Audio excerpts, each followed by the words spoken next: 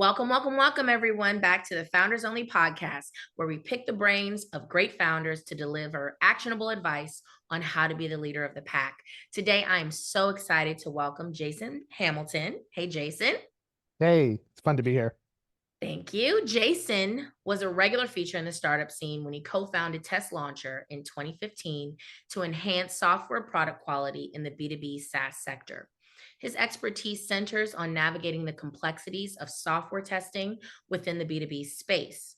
Jason has played a pivotal role in TestLauncher's growth, steering its strategic direction and establishing it as a key player in SaaS innovation.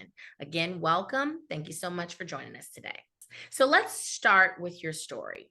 So can you tell us a little bit about your journey to becoming co-founder for TestLauncher? Absolutely.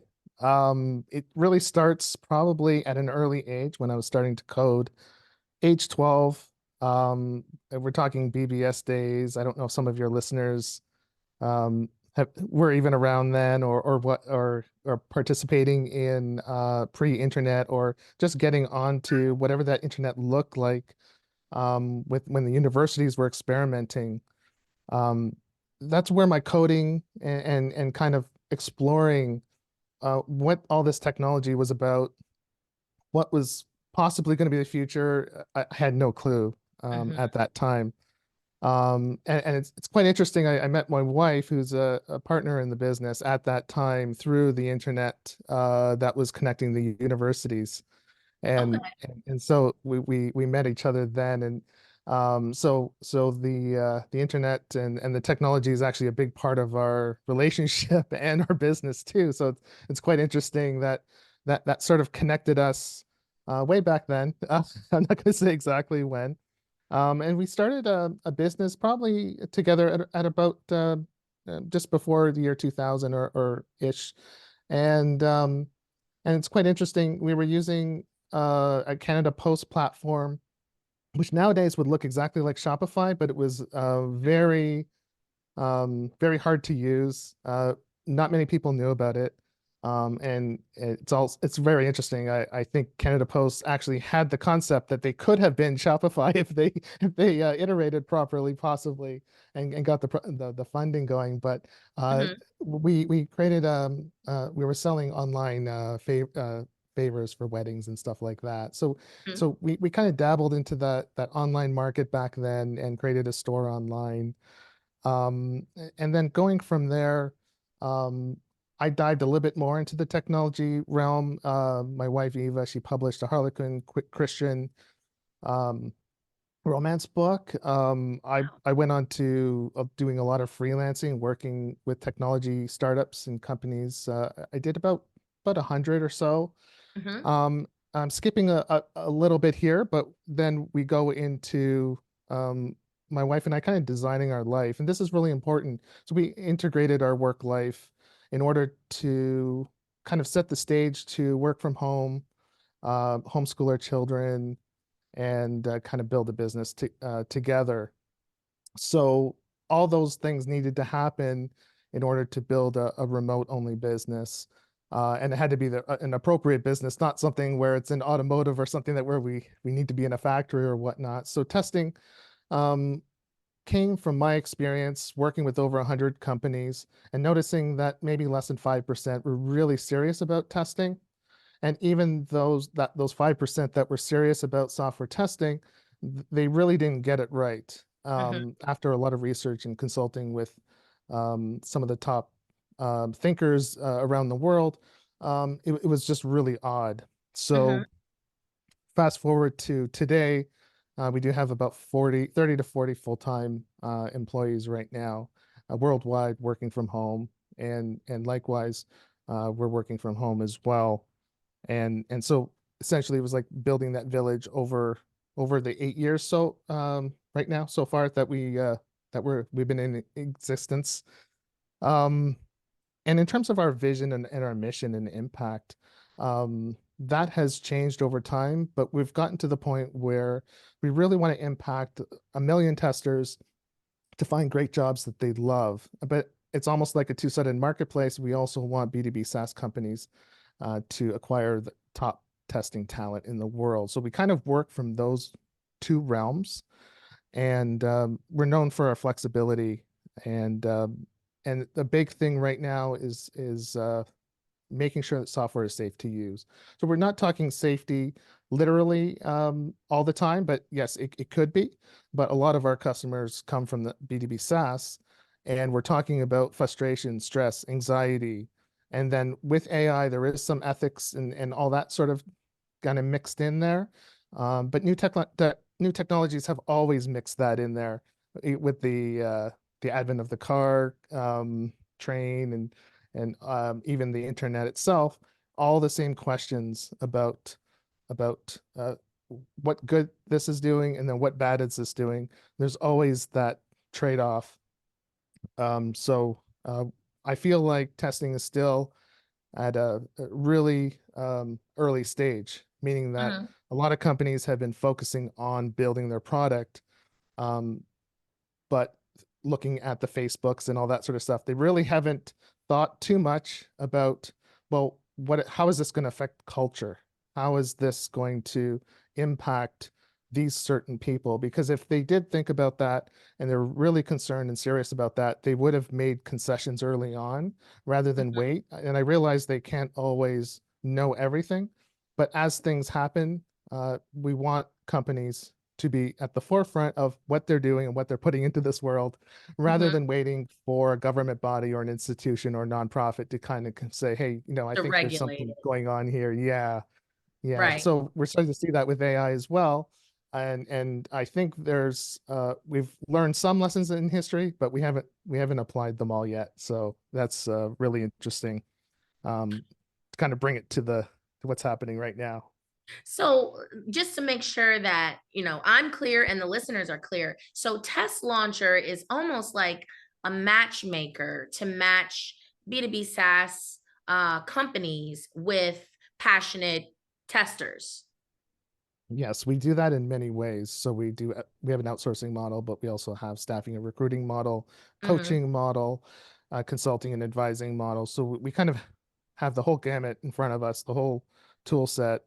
And that's why I mentioned that one of our main things in which everyone really loves us for is our flexibility, meaning that not one customers are very different, and so we make sure that we look at their unique strengths and weaknesses. We really ask the right questions when working with our clients to really propose the correct solution. And a lot of times our clients are coming to us and they know what they want, but we always make sure that is it exactly what you want? Do you really want to hear the problems?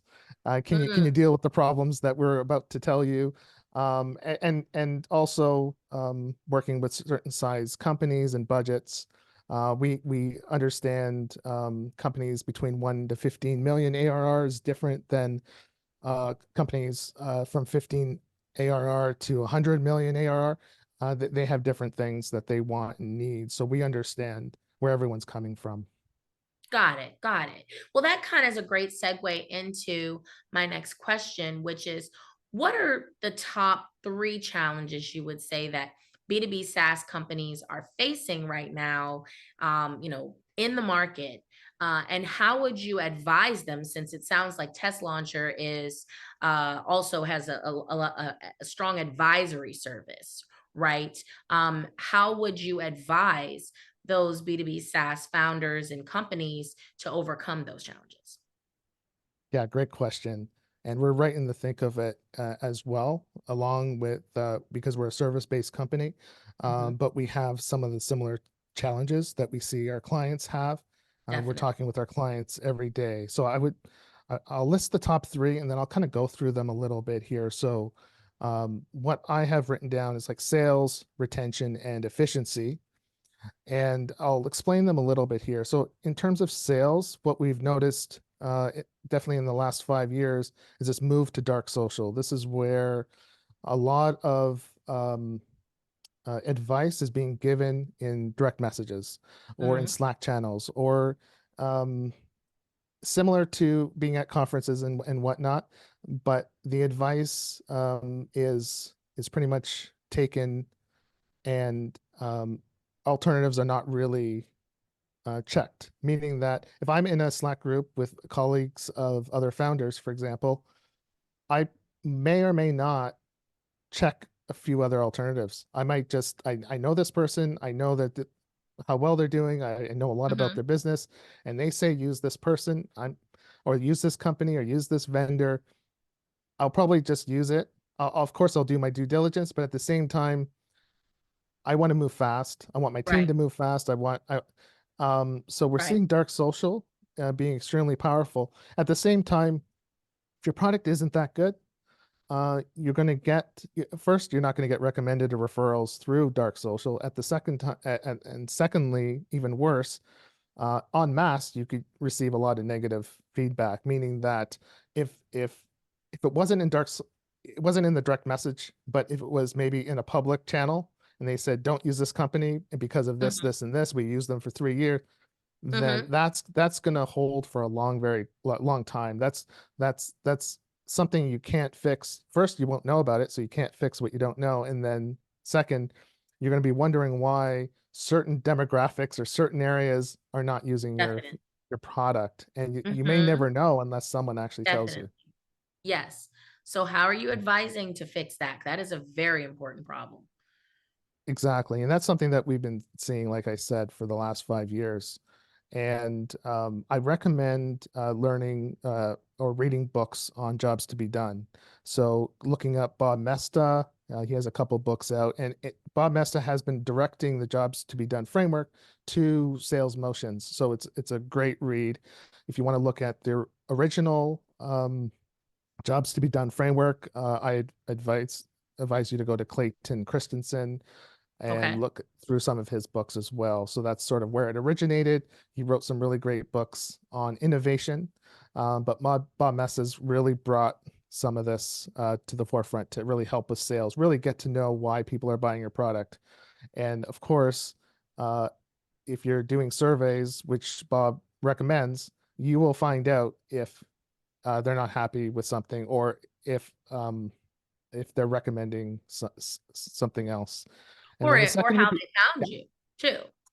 exactly. Asking Oh that yeah. question in the early part of the sales process is super critical. And also, I think that another add-on to your advice there is are developing those battle cards, Yeah. having those in the sales process to overcome some of those challenges that may pop up that you didn't anticipate in the sales process for your product.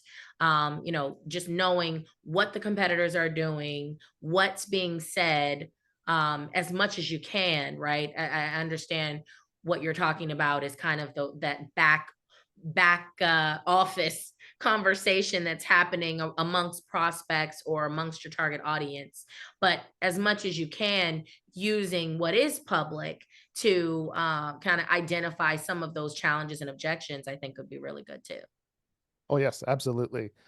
And the interesting part of that is that sometimes the prospect has been thinking about it for a couple of years, and that's Mm, when you can get some really good gold out of it because maybe your prospecting process has to start 2 years earlier and start to capture them and start to encourage them to come to your product a lot sooner rather than wait a couple of years. So just super interesting stuff there. So I definitely recommend Jobs to be Done as something that can help on the sales front. The second part is a little closer to my realm with analyzing risk. Um, and what I've noticed is some companies will just do it once. They'll build the product. They'll say, okay, here are the risks. This is something that can be daily and weekly. It can be part of meetings and stand-ups and just really understanding what the market risk is, what certain competitor risks are, what's changing, what's not. If we've if your product thinking is a bit too static, then I think that you might not be pushing your product hard enough. You might not be creating enough problems. And it's when I say that is you want to create some problems within your business, meaning that you want sales to create problems of velocity for new features. You want new features to create problems for too many sales coming in. So you actually want to create some problems within your interesting. business that have a nice tension between all the departments, because if you have one department telling another department to slow down, then you're actually going the wrong way. So there's a few dynamics there, and that usually starts with making sure you have the jobs to be done framework in place. You really know what your customers want, but then also analyzing the risks on almost like a weekly basis, just to really watch what everything is doing, what your market's doing, what your competitors are doing, I and love that. trying to have that in front of everyone, your whole team, and really figuring that out. And the Is that third thing, something that, before you get to number three, if you don't yeah, mind, sure. is that something that you have internally developed a framework for in terms of tracking that? Like, for example, a lot of B2B SaaS companies, well, I won't say a lot, but I would say the larger ones are meeting on a constant basis with their team, with their company, with team wide, to have some conversations about their scorecard, or where they are, where the metrics are, how they're performing against some of those key metrics. And that's probably a really good time to have that risk conversation, if you're suggesting that it should be something that is done on a weekly basis. And then also thinking about who is responsible for that, like who in the company can be accountable for not only monitoring the risk and identifying the risk, but mitigating the risks. So can you talk a little bit about that? Yeah, so this is going to come down to asking the great questions, and also evaluating if you are asking great questions. And I always consider this to be something towards the top level, so C level, really evaluating if your team is asking the right questions. So Mm, it's not so much about um, uh, like watching your team, but watching the work. So you really want to see how your team is going about figuring things out. And as a leader, as a founder, CEO, VP, you really want to be watching that, because if the proper questions aren't being asked, if the questions aren't agitating anything, then they might be too weak. And then if they're too weak, then you're really not going to find out what you need to find out. Yeah. do you think that that is that specific task of kind of monitoring the conversations amongst departments, and the questions that are being posed by different departments, like whose responsibility would that be? Is that the founder's responsibility? Would you say that's a COO? Would you say that's a CTO? Who would you say would be in the C suite most responsible, or most qualified to kind of manage all of that? Because that just sounds like something that a process that should really be, I mean, it's a critical process that needs to be monitored and managed by someone who is solely kind of accountable for that. So who would you recommend? Yeah, I think it comes from the top. So as high as possible, and then it flows all the way down. I think that um, it's almost like a coaching, mentoring type of flow. And so that Got should it. be part of the coaching process for all the leaders within the company, and then it flows all the way down right to everyone else. And so that Got you it. know that everyone has agency over their work, and they're asking the right questions. And it'll never be perfect, but I think it starts as early as you can within your company, and that's why small teams work Yeah. really well, because everyone is talking with each other, and when you have that rapport, you can kind of say, you can say things where if you're in a larger team, you're probably conversing maybe through email a lot more. And so you have to also take a step back. And it's like, yes, conversation through email and Slack is not always like conversing face to face. So we have to really understand as a business that, okay, now I have no clue how they're thinking. I have no clue what questions. I might not ask the question through email or conversation. So that really cuts off the ability for everyone to really understand. So getting on the phone, doing video calls, if you're a remote team, obviously in the office, you can get a lot more body posture and attitude as well. That all mixes into it, and it's very complex. But I think if teams don't focus on that a little bit or be aware of it, then it's really hard to kind of build a team when there's a lot of problems, and then you end up having very awkward conversations and trying to fix the team. Yeah. Okay, yeah. And so the third? And for the third, I was thinking that a clear understanding of the product that's being built is sometimes um, uh, it's actually part of number two in terms of asking questions, but having a good understanding of what actually is being built. So especially with B2B SaaS, for example, clients who we deal with, but also working with B2C and really any product really. Um, you want to have a firm understanding, and this is something that a colleague of mine has kind of come up with. His name is Michael Bolton, and he talks about the product we have versus the product we think we have versus the product we wanted. And so they're all interchangeable. And it's really interesting because different team members can have different lenses and different mindsets on all three. So if there is an alignment, you'll notice that some kind of move between the different levels there. And I think leaders um, in B2B SaaS Hmm. building products really need to really understand that uh, what kind of product do we have? Do we know the product that we have, or do we think we have it, or do we want it? And so there's different strategies that can be deployed depending on where you are. And it's also an awareness thing as well. If the team is fully aware, they really will talk about this and really work to get to where they want to be. Yeah, What this point makes me think of is also being clear on the why you're building what you're building. exactly. And I think by having the why and keeping your eye on the problem that you intended to solve for your users, will help answer those questions.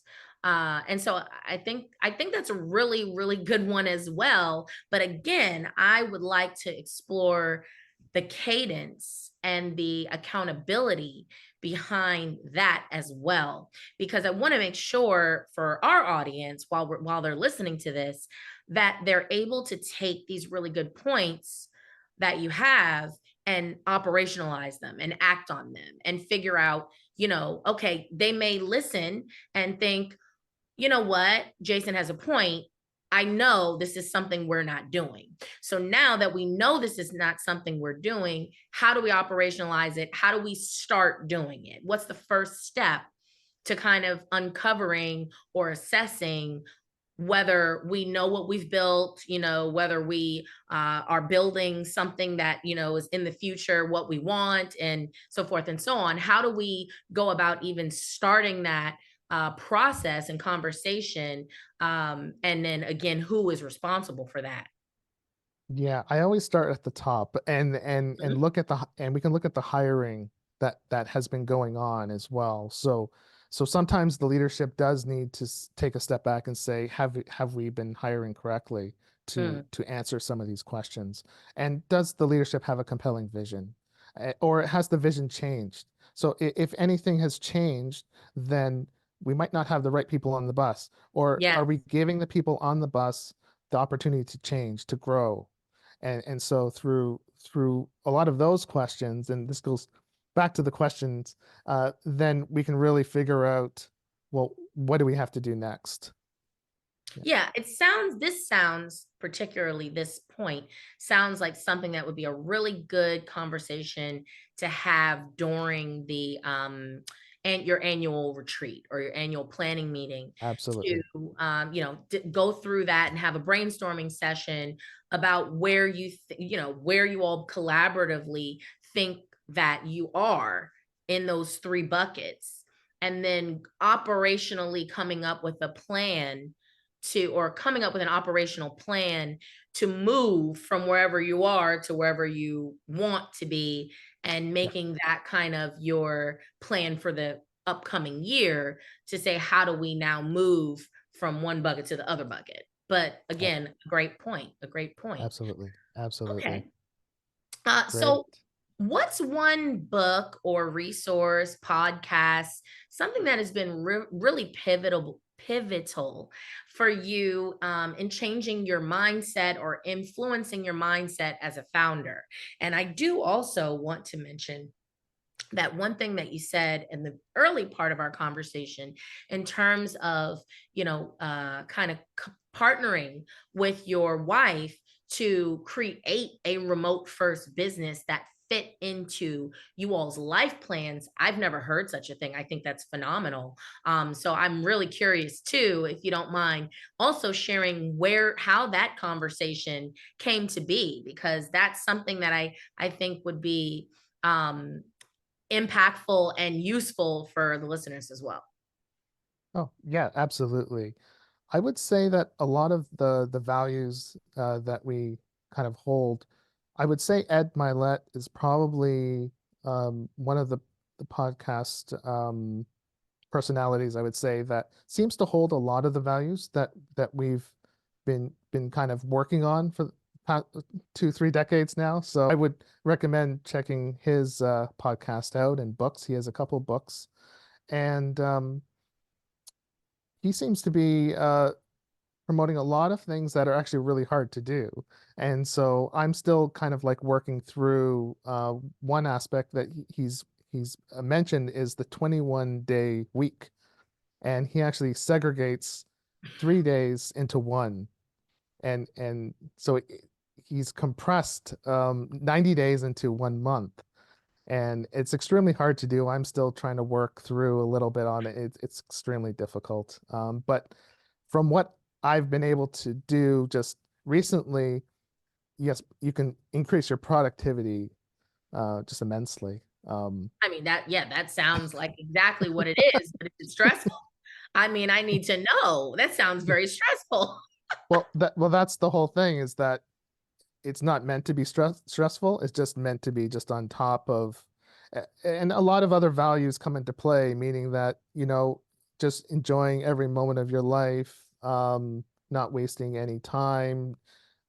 He also promotes or works, has promoted Dan Sullivan's work to 10x is easier than 2x. So when you start to listen to him, he does fit in other things where if you change 80% of what you're doing now, it's probably easier to 10x your life, because that 20% that's running your whole life, um, that's doing great. You can actually leave it there. You can work on your strengths, but your 80% of your weaknesses, you probably need to change those. So he goes into a lot of things like that.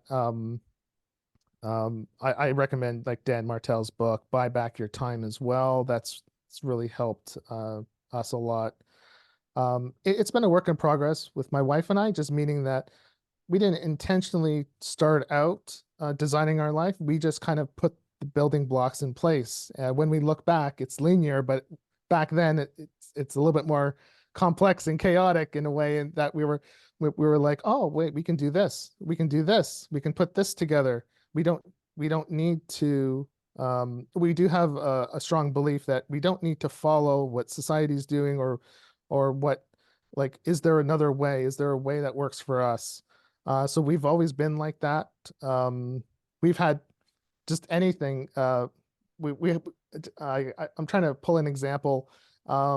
We've just had like a renovation done 10 years ago, and the Mhm. plumber said, well, this is not normally how it's done. So that's probably pretty much our life. It's like we get that all the time from wherever we go, or what we ask others that, and they talk to us and they say, yeah, that's not how it's normally done, but can it be done? And then they usually say, oh yeah. But Yeah, I we mean, have it we have all to can, ask the question, right? right? Yeah, but it sounds like what you're talking about a lot is just intentionality. Right.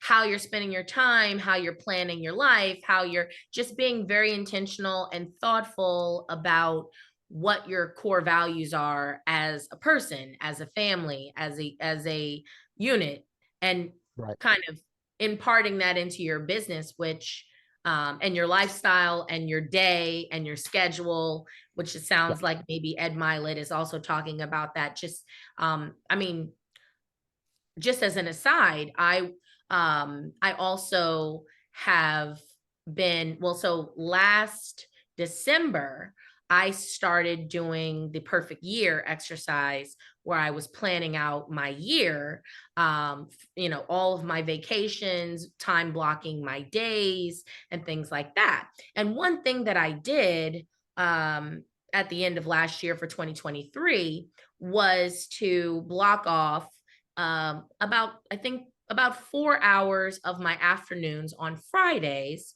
to focus on strategic planning for the business. What a mistake that was. Who's doing strategic planning on Friday afternoons? Nobody.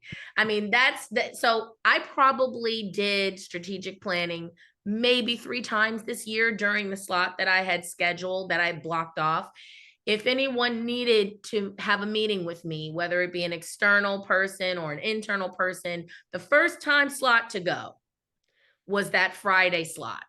And so that kind of caused me to think, okay, for 2024, what I need to do is time block a bit more strategically. So, when I first did this exercise, I said, okay, here are the activities that I need to do every week.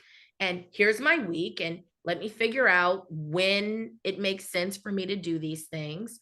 But everything kind of was scattered about.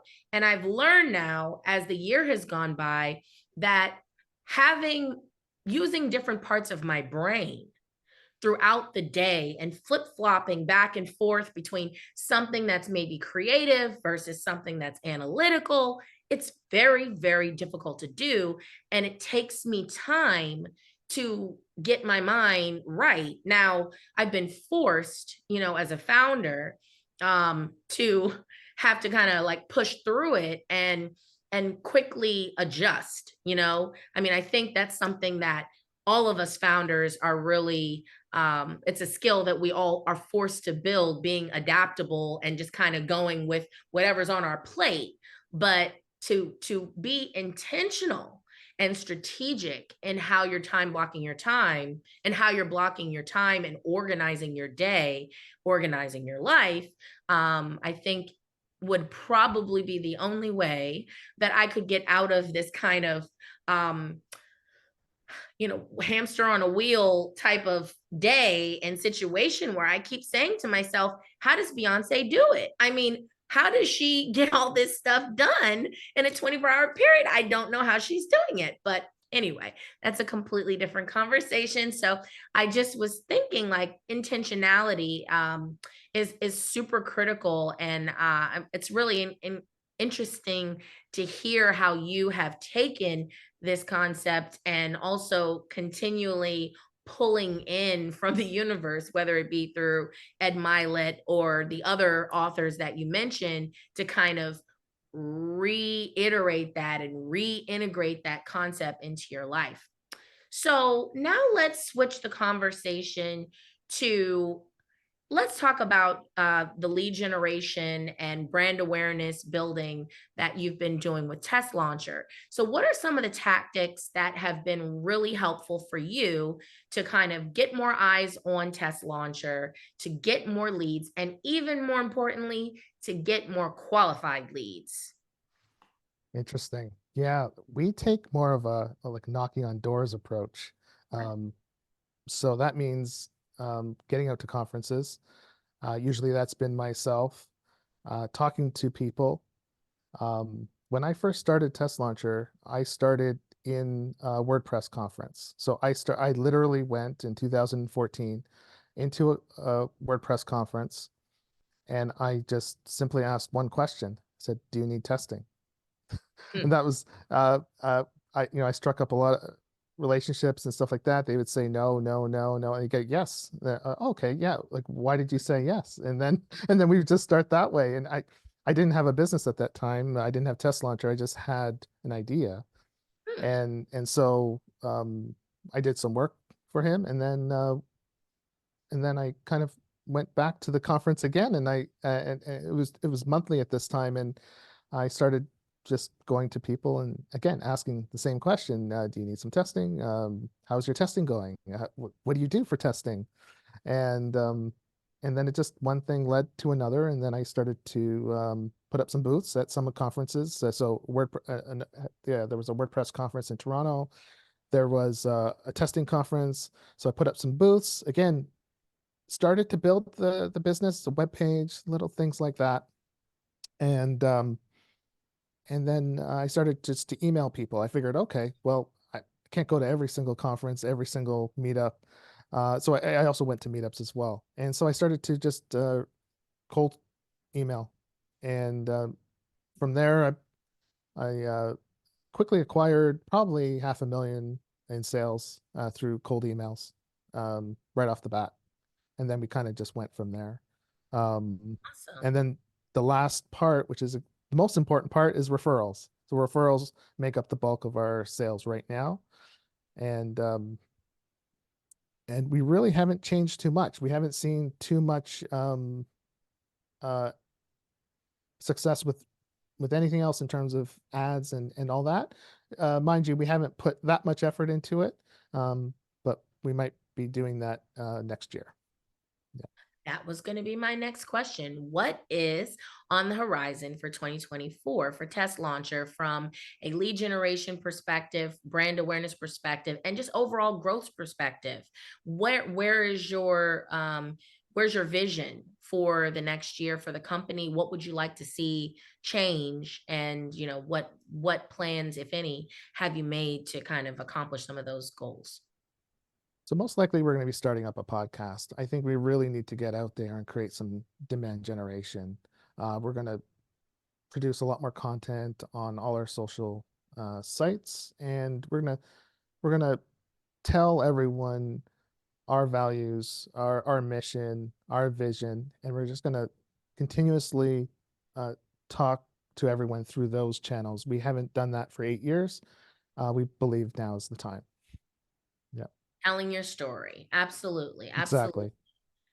Absolutely. So you really kind of ramped up TestLauncher through WordPress meetups, WordCamp exhibitor opportunities, and other conference Yes. exhibitor opportunities. Wow, that's fantastic. Very grassroots. Do you have any tips, since you are clearly a veteran in the conference exhibitor space now, or trade show exhibitor space?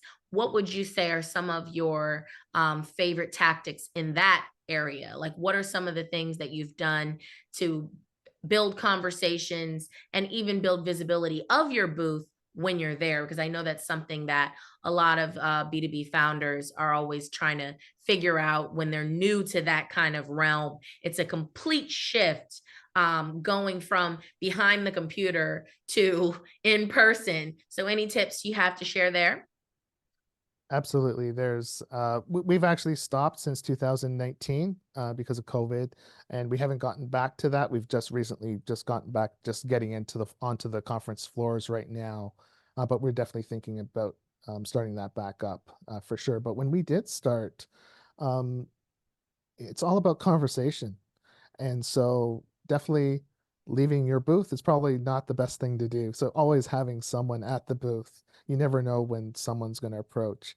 And really just having that great conversation, having that intention to really find out why they came to the booth, or what problem they're having. And it doesn't have to be the problem you're solving. So you want to be able to direct them maybe to the booth that would solve their problem, or to the person, or through a contact on your phone. I recently, uh, going back to 2019, 18-ish, one of the conferences, someone was having trouble with their Wi-Fi. So I quickly went to help them with their Wi-Fi, and they were super grateful. So it's things like that, just being human, just leading with And your adding heart. value. That's the most important thing. I love that. I love that. So over this time, you've been a founder now for more than 15 years. So what would you say is the number one challenge that you've faced as a founder thus far in your experience? So I always felt that I didn't ask good questions. So right from the beginning, that was one of the things that I always thought that was a challenge for myself and something that I needed to work on. So I've definitely have worked on it a bit, and I'm gonna offer. I've wrote down a few questions here that maybe your listeners would love to hear. For decision making, I tend to ask myself, would I bet on myself? That's Mm, typically really gets me going. Would I bet on my team? Would I? And I share this with my team as well. I love it. And yeah, and then I have a list of questions just for myself personally. This kind of hits with self care. Number one, what do I truly want in life? And these are questions to ask yourself, maybe monthly, um, or quarterly at the very latest. Number two, what are my core values, and am I living in alignment with them? Number three, what am I passionate about? Your passion might change, and that's okay, but you Mhm. still want to make sure that it's aligned with what you're doing, because Mm, that's where things start to go off kilter a little bit. And yep. because things might go off kilter slowly, you might not see it unless you ask the question. Yes. And then four, what fears or limiting beliefs are holding uh, me back? And five, what steps can I take to achieve my goals? So those are some questions to really contemplate. um, and it's taken a while for me to generate those. Maybe the listeners have a bunch of questions that they're, but I encourage everyone to see what they're challenged at, and then work on that, and make that your gift and make that your superpower. I love it so much. I went to my first Tony Robbins event last month. And the biggest takeaway, I took two major takeaways, many takeaways, but two major takeaways that I've been able to implement and maintain since the event. One was identifying and overcoming limiting beliefs, and what a transformation it's been to have the confidence to overcome limiting belief. Once you overcome a couple limiting beliefs, you have the confidence to overcome all the limiting beliefs. Yes. And that is what a just it unlocked something I can't express. And then the second thing was priming and just getting ready for my day every day and focusing on gratitude, because one thing I have heard other founders talk about, it may be something that is maybe more common than any of us realize, the level of perfectionism and the level of chasing happiness, which is very fleeting in our day-to-day lives as founders. And we're always looking for the next challenge, the next big thing, the next ring, the next thing that we can, the next accolade, and so forth and so on. And what that creates is this sense of no contentment in your life, and being able to focus on gratitude, focus on being present, and focus on where you are right now and how you got there, and just kind of sitting in that and just being grateful for where you are right now and assessing, which kind of is like full circle what we talked about today. It's just that constant assessing and being uh grateful, but also making sure that you're constantly aligning. Everything is in alignment and intentional. But that practice every day of priming and preparing myself to be in a place of, in a state of gratitude, to be able to attack the all the things that happen in our day as a founder, and all of the challenges and questions and things that we're just bombard our mind was really, really helpful. So I really love those questions. And I'm personally going to write them down and implement them into my day and my week and my month. So thank you so much for that. That was super helpful. Awesome. So let's also just share with everyone, where can they find TestLauncher and where can they find you, Jason, on social, the website? Yep. Website, www.testlauncher.com. And on LinkedIn, type in Jason Hamilton Test Launcher and you'll find me. Awesome.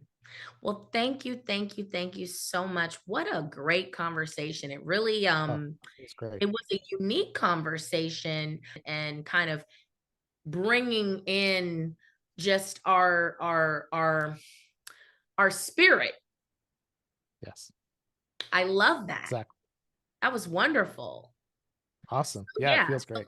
Yeah. Thank you so much, everyone, for joining us today. And we look forward to seeing you on the next episode.